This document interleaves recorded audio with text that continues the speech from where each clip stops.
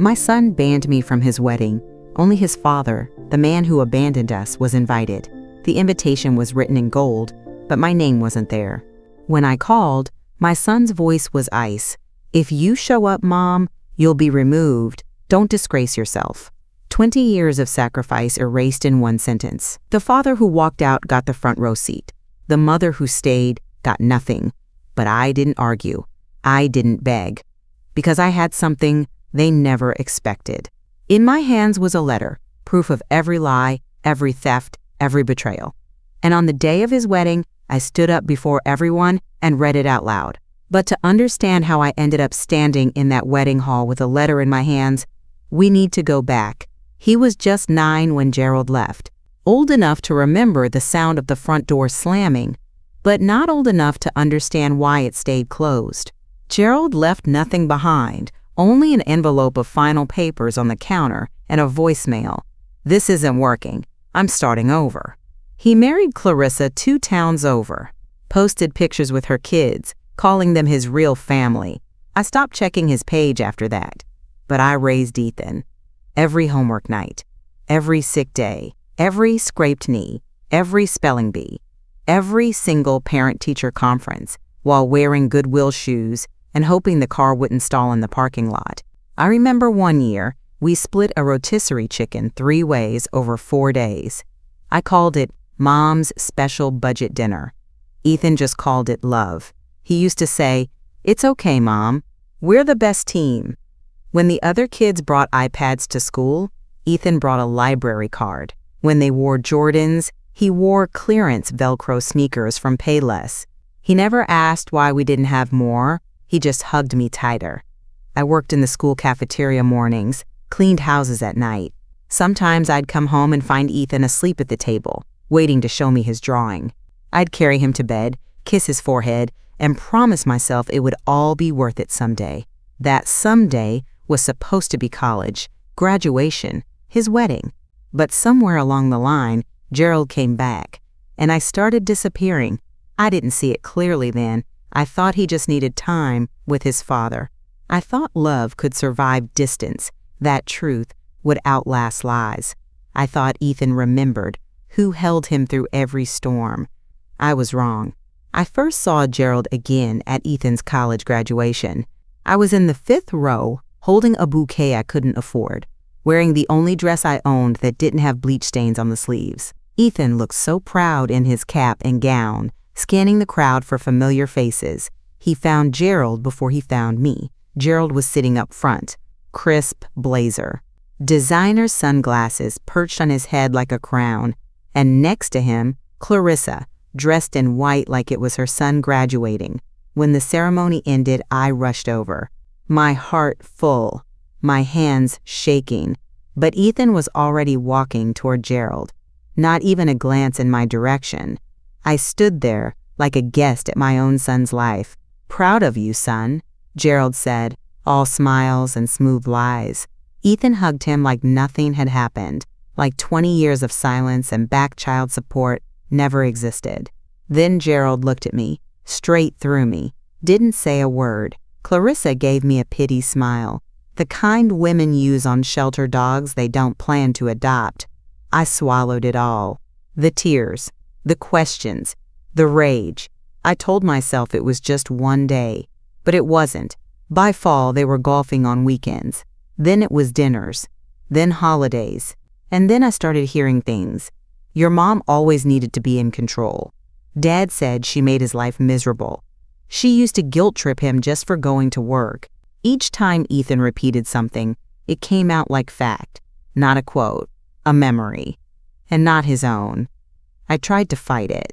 I tried to remind him who stayed when there was no heat, no car, no husband. But Gerald was rewriting history, one coffee meetup at a time. And Ethan? He was eager for a simpler version, one where the villain wasn't the father who left. It was the mother who stayed, the mother who made it hard. I started seeing Gerald's words in my son's eyes. And the boy who used to beg for one more bedtime story started calling me dramatic. Then came Hannah. She entered like a page from a catalog. Shiny hair, soft voice, no smudges. At first, I thought she was shy. Then I realized She was managing me, like a publicist handles a scandal. She called me Mrs. Wynne, even after I asked her to use my first name. She'd say things like, "Ethan told me you love crafting." Even though I've never touched a glue gun in my life, every compliment felt rehearsed, like she'd studied me, circled the parts she didn't like, and decided to keep things neutral. She was polite, always, but never warm. During one dinner, a tense, under-seasoned affair in their condo, Ethan asked me to maybe tone down the stories about the past. "Hannah says it stresses you out," he added, without looking up from his plate. "Stresses me out?" I wanted to say, what about the years I stretched every dollar until it screamed? What about watching other people raise your father's kids while I clipped coupons to feed you? But I didn't say it. I smiled. I passed the potatoes. I went home and sat in the dark. Later that week, Hannah called. Not Ethan. "Hannah, hi! I just wanted to touch base before we finalize the wedding list." She said it like we were colleagues, not family. "We're trying to keep things really simple and drama-free. So I just wanted to gently suggest, maybe it's better if you sit this one out." Her voice was like a silk ribbon tied around a knife. I stared at the phone long after she hung up. Not uninvited, just excluded for convenience. The next day, I saw Clarissa had posted engagement photos. Gerald was tagged. I wasn't mentioned. My neighbor Ruthie came by that evening and found me folding towels, like I was preparing for an inspection. "Did something happen?" she asked. I couldn't speak. I just handed her my phone with the call log still open to Hannah Whitaker. She read it. Then she sat down at my kitchen table and said nothing for a long time. Finally, "That girl doesn't want a mother-in-law. She wants a silent benefactor." And Ethan? He just let it happen. No apology, no explanation. Like I was just one more thing he was choosing to outgrow. It started with a smell. Old paper and cedar. Dust and time. The attic had that layered scent of grief and storage, like every forgotten thing was holding its breath. I was looking for nothing in particular, just touching things that still remembered me. There was Ethan's kindergarten drawing of a fire truck with square wheels. Gerald's old tax folders, untouched since 2004. A box of birthday cards Margaret had sent me through the years, all signed in that perfect cursive of hers, like she was still trying to be her generation's idea of proper, even when she was cursing politicians in real life. Then I found the shoebox, beneath an old Afghan, wrapped in a grocery bag from a chain that didn't exist anymore. My name was written across the top, just 5 letters, but it made my breath catch. Inside, a sealed envelope, yellowed around the edges. Her handwriting again, smaller this time, shaky. She must have written it near the end. I sat on the attic floor like a child being told a secret, and I read, "Wynne, if you're reading this, it means something has come undone." I tried to stay out of it, tried to believe Gerald's shame would bury itself, but he never had the spine for honesty. So I kept a record, I made copies, and I held them just in case he ever hurt you worse than he already had. I hope you never need them, but if you do, they're all here. Margaret. The envelope held more than just a letter. It held truth, documents, dates. A manila sleeve labeled simply DNA 2005. And suddenly, I was no longer grieving. I was calculating. The ache in my chest didn't disappear, but it sharpened into something cleaner than pain. He hadn't just left us. He'd left because of a secret. And he'd let Ethan believe that I was the one who ruined everything. I turned the envelope over in my hands. Once, twice, then reached for the manila file underneath it. My pulse was steady now. My hands were calm. Grief had made me forget who I was. But betrayal? Betrayal has a way of waking a woman up. We weren't perfect, but we were trying. That's what I told myself for years. Ethan had just turned 9 when Gerald started getting distant again, sleeping in the guest room, missing school events, barely speaking to either of us. I'd ask, "What's wrong?" He'd say nothing, but there was always something. What I didn't know then, what Margaret's letter laid out in brittle, perfect cursive, was that Gerald had taken a DNA test behind my back. He used Ethan's old toothbrush. The results confirmed what he suspected, she wrote. He wasn't the biological father. He told me first. He said he needed time to think. I begged him not to punish you both for a choice made long before you ever married. He said he wouldn't, that he forgave you, that love was bigger than blood. And for a while, he stayed. He kissed Ethan goodnight, grilled burgers on Sundays, complained about the neighbor's barking dog. But now I know what he was really doing, building resentment like a war chest. Because 6 months later, he left. No explanation, no shouting match. Just an envelope of divorce papers and that cold voicemail. This isn't working. I'm starting over. He didn't just walk out. He walked out armed, with a secret I didn't even know he'd taken. I never told Ethan the truth. Not because I was ashamed, but because I didn't want him to think love came with conditions. Because it didn't. Not from me. Gerald's love, though, it had a fuse. And I think he always planned to light it. I kept the past buried. I told myself Ethan didn't need to know, that the man who raised him was his father in every way that mattered. But Gerald didn't let it go. According to Margaret's letter, when Ethan was in high school, Gerald started calling him more often, asking pointed questions, twisting facts, saying things like, "You ever notice how nothing ever added up when you were a kid? You know your mother always had her secrets." I'd wondered why Ethan started pulling away during senior year. Now I knew. Gerald didn't just abandon his son. He rewrote the ending and cast me as the villain. And Ethan? He swallowed every word. At the bottom of the box Aunt Margaret left, under the DNA report and her shaking words, was a second envelope. Labeled, "Financial documents. Keep safe." I opened it slowly. Inside were bank statements, property deeds, and credit applications, all with my name printed clearly across the top. But something felt off. The signature on each form looked almost like mine. But I didn't sign these. Not the mortgage co-application, not the $40,000 business loan, not the $75,000 line of credit, and definitely not the deed that showed Gerald's business office was listed under Wynn Holdings, a company I'd never heard of, registered under my maiden name, my social, my credit. That's when it hit me. He didn't just leave me, he left me liable. And while I was working double shifts to afford Ethan's braces and secondhand sneakers, Gerald had been using my identity to prop up his failing business. The wedding venue? The catering? The dress Hannah bragged about on Instagram? All of it had come from accounts opened in my name. I couldn't breathe. Not from rage, from clarity. While I was clipping coupons and checking store-brand cereal for mold, he was using me as his personal piggy bank and leaving just enough of a trail to make sure it would all fall on me if it ever collapsed. This wasn't carelessness. This was a plan.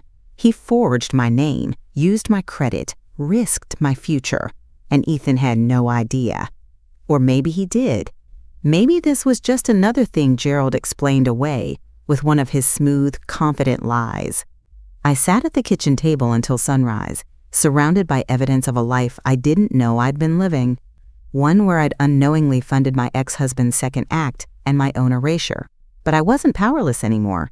I took out my phone and Googled forensic accountant, identity theft, fraud recovery. Because grief is heavy, but paperwork is lethal. I made the call at 7:02 a.m. The voice on the other end was calm, clipped, professional. Thomas Reed, forensic accounting. What's the situation? I gave him the short version: forged documents, identity theft, missing funds. Then I added, I don't just want to clean this up. I want to prove it. He said, bring everything, and don't leave out the emotional parts. They always leave a trail. I met Thomas in a quiet office above a bakery. He looked like someone who never spoke unless the sentence mattered. Pale shirt, no wedding ring, tired eyes that missed nothing. I handed him the red folder. He didn't flinch when he saw the DNA report or the forged loan applications. He just nodded. I've seen worse. That this is personal. He didn't just commit fraud. He designed it to be invisible to you, That's calculated. Within 2 weeks, Thomas had confirmed everything. Every transaction traced back to Gerald's company, listed under an LLC that used my maiden name and a P.O. box from our first apartment. He even found a vendor receipt from the wedding venue, marked Client W. Wynn. "You funded your son's wedding without knowing," Thomas said. "And your ex built the business and this whole event with your stolen credit." I asked him what my options were. Civil suit, identity theft charge. You could file for damages, possibly restitution. But if I were you, he looked up. I'd gather everything, present it to someone who cares about reputation more than justice, like say the bride's father. That stopped me cold, because Hannah's family had money, real money, the kind that cares deeply about appearances. And suddenly, the idea of revenge didn't feel angry anymore. It felt surgical. I wasn't just going to confront Gerald. I was going to hand the truth to someone who had the power to burn the fantasy they'd built together from the inside. Before I left, Thomas looked at me carefully. Most people who get conned like this, they don't fight back. They're too ashamed. You're different. I stood up, gathered the folder, zipped my coat. No, I'm just finished pretending I wasn't in the room. I hadn't spoken to Carl Brenner in nearly 15 years. He was one of Gerald's old drinking buddies. They used to coach Little League together, back when Gerald still showed up to things. Carl was quiet, decent, always struck me as the kind of man who believed in loyalty until it turned poisonous. I found him on Facebook, sent a message with just one line. "Do you still have the envelope Gerald gave you in 2005? He replied in less than 5 minutes. I wondered how long it would take. Yes, still sealed, still in my gun safe. We met at a diner just off the highway, one of those places that smells like coffee and cooked onions no matter the time of day. He wore a windbreaker. His hands trembled slightly as he handed me the file.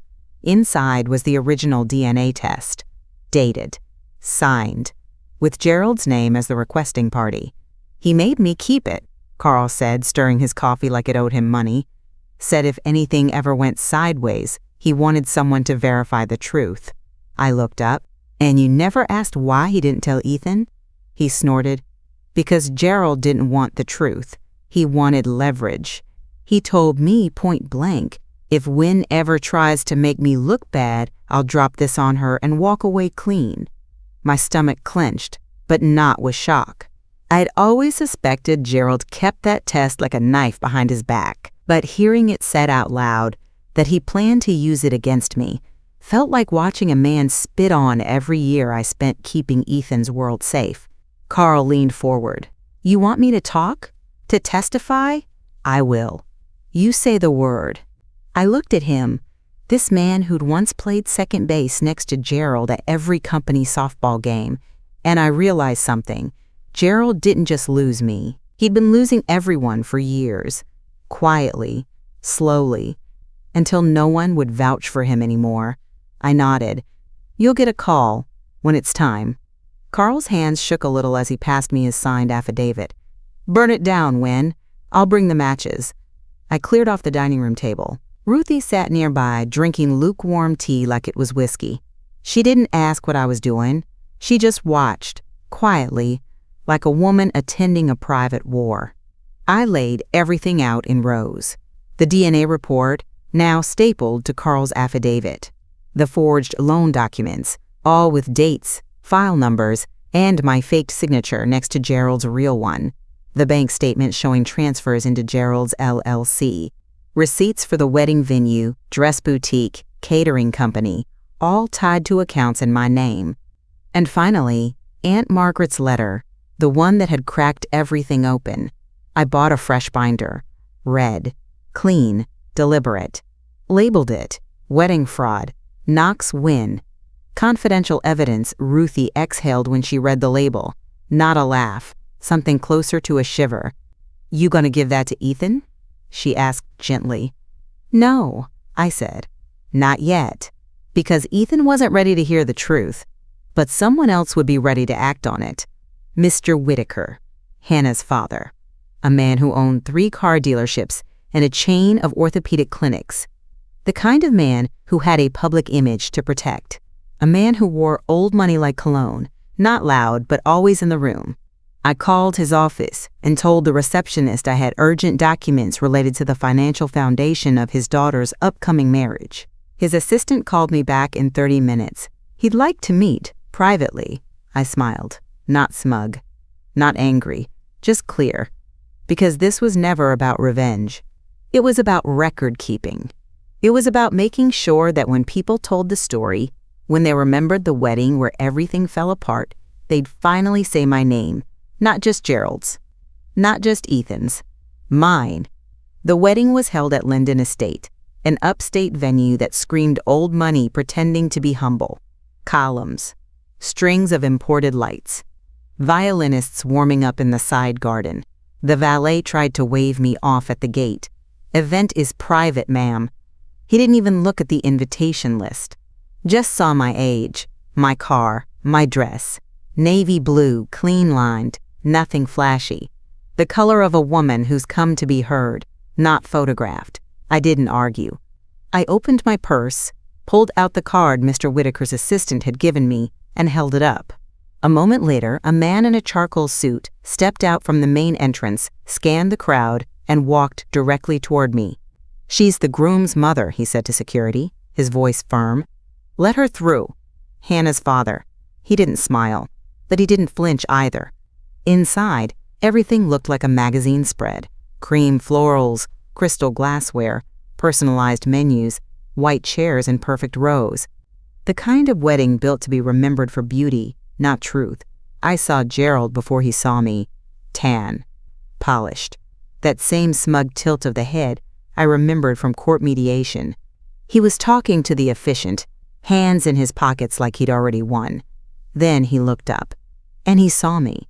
His expression didn't crack, but his posture did. Subtle shift. Chin pulled in, right hand flexing near his jacket hem. He was calculating, not if I had something. He knew I did. He was calculating what I'd do with it. Ethan was nowhere in sight, probably getting ready in the groom's suite, rehearsing vows, trusting that his father had the day under control. Mr. Whitaker led me to a private room behind the main hall. I handed him the folder without a word. He opened it, page by page. His lips tightened at the DNA report, paused longer at the forged loan documents. When he reached the wedding expenses paid under my stolen identity, he closed the binder and looked at me squarely. "Do you want to ruin the wedding?" he asked. "No," I said. "I want the lies to ruin themselves," he nodded once. "Then when the moment comes, you'll stand up, and I'll back you." We returned to the ceremony space together. Guests were seated. The violins started again. And as I walked past the front row, past Gerald, past Clarissa, past the white roses meant to frame someone else's fairy tale, I didn't look down. Because I hadn't come to watch. I'd come to finish something. They were halfway through the vows when I stood up. I didn't raise my voice. I didn't rush. I just stepped forward into that perfect white aisle lined with petals and polished shoes and said the first words loud enough for the microphone to catch. Before these vows are spoken, the bride and groom should know what's being promised and what's being hidden. Gasps, some polite, some sharp. The officiant froze mid-sentence. Hannah turned. Ethan turned slower. Gerald? He didn't turn at all. He sank. I opened my purse and pulled out a folded envelope, cream-colored, worn at the edges, Aunt Margaret's handwriting still visible. I unfolded the letter. My voice didn't shake. This was written by my aunt, a woman who kept records Gerald hoped would never be found. The violinist stopped playing. Someone in the back coughed. I kept reading. "You deserve to know who lied to you, and why. Your father," Gerald Knox, performed a DNA test on Ethan without consent. He discovered he was not the biological father. He chose to stay silent, not out of love, but control. He used that truth as leverage against Wynne. And when he left, he didn't just abandon his family. He stole from it. I looked up. Ethan's face was unreadable, pale, still. I walked forward, slowly, held out the DNA report, now clipped to Carl's affidavit. For a moment, No one moved. No gasps now. No music. Just the quiet panic of people realizing they've been seated in the middle of a collapsing house. Ethan held the DNA report like it might bite. "Is this real?" he asked. Gerald didn't answer right away.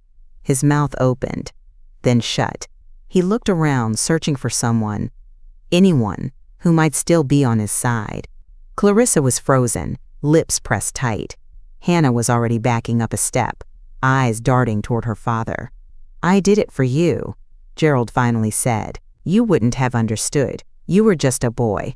I stayed because I loved you." That word "loved" landed like a slap. Ethan looked at me, then back at Gerald. "You stayed so you could control her, so you could wait for the right moment to ruin her." Gerald's voice cracked. He was slipping now.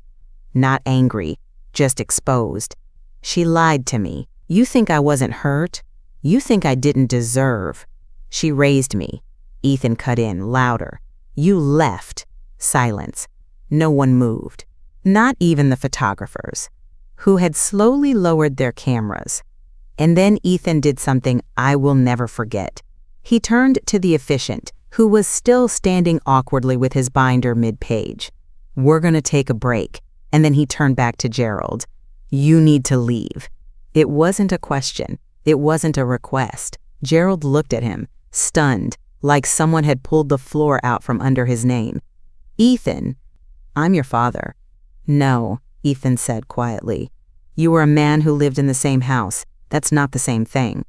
Gerald looked at Hannah, but she wasn't looking at him. She was looking at her father. That's when Mr. Whitaker stood, calm, controlled, powerful in the way only old money knows how to be. "I think it's time we all see what else this family's built on," he gestured to me. "Ms. Wynne, would you please show them the rest?" And just like that, the wedding stopped being about vows and started being about truth.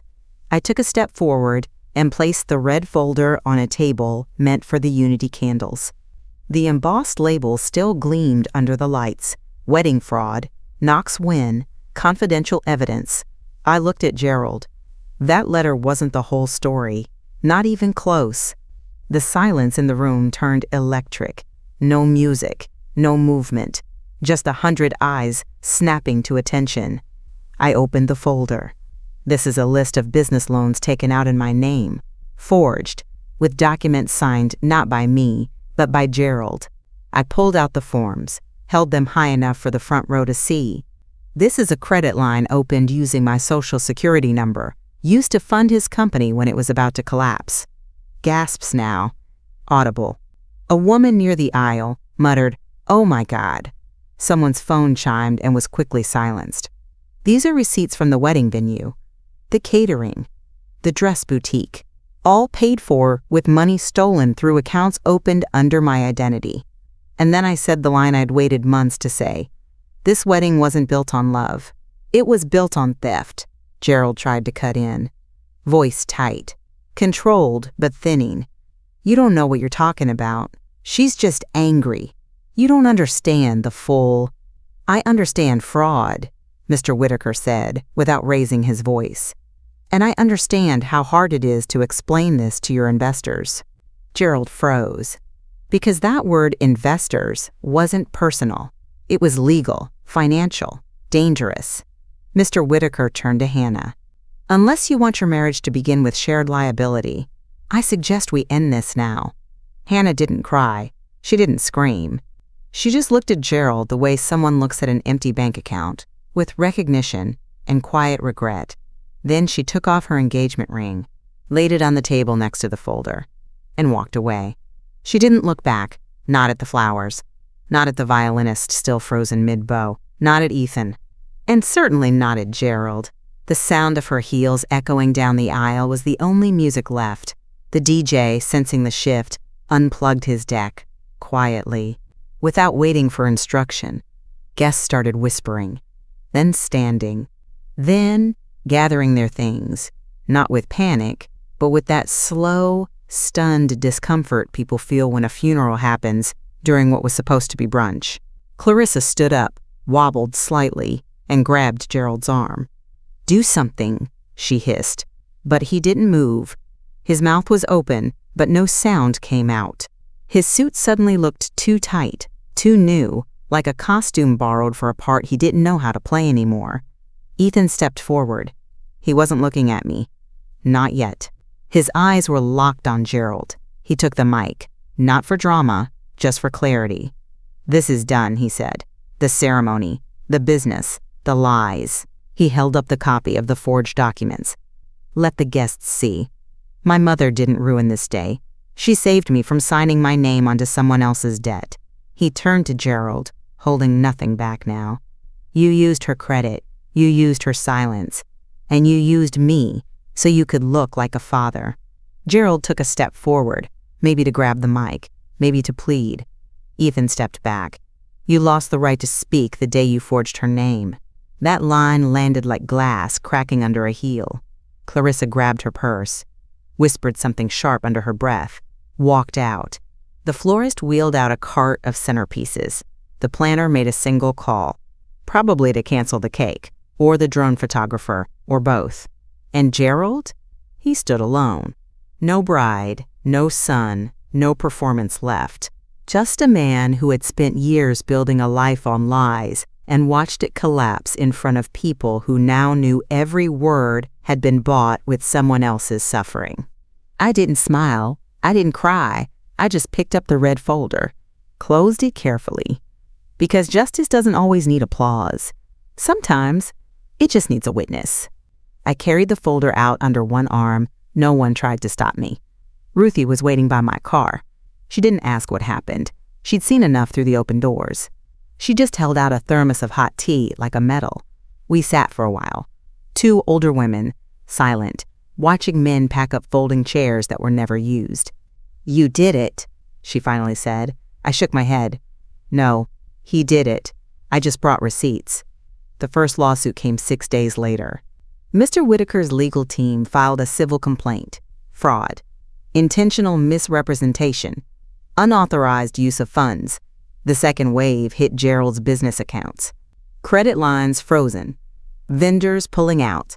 A former partner flipped and admitted Gerald used forged co-signatures, mine, to secure expansion loans. I didn't have to file criminal charges. The banks did it for me. Ethan moved out of the apartment he shared with Hannah 2 weeks after the wedding. He didn't come to me right away. Didn't call. Didn't apologize. But one afternoon, I found a box on my porch. Inside, the childhood fire truck drawing I thought was lost. A photo of me and Ethan at his 5th grade spelling bee. And a sticky note with 3 words written in shaky pen. "I know now." That was enough. For now. Hannah never returned his calls. She didn't need to. She left the ring. She walked out clean. And she didn't look back. Last I heard, Gerald was staying in a long-term rental near Albany. Alone. No business. No contact with Ethan. His name was removed from the company site. The new partners issued a press release that read like a digital obituary. Former executive no longer affiliated with operations. No one asked for his side. Because by then, everyone had already seen the truth printed in black ink. And me? I got my name back. The bank dropped the liens. The forged debts were dissolved. I signed one last affidavit with Thomas Reed standing beside me, and for the first time in over a decade, my credit report was mine again. Clean, whole, untangled. Ruthie brought over lemon bars the next morning. We ate them on the back porch. "To peace," she said, raising her mug. I raised mine back. Then, for the first time in years, I went to bed without checking the locks twice. Thank you for listening to my story. Have you ever sacrificed everything for someone only to be pushed aside when it finally mattered most? Tell me in the comments. I read them all. And if this resonated with you, don't forget to like and subscribe for more.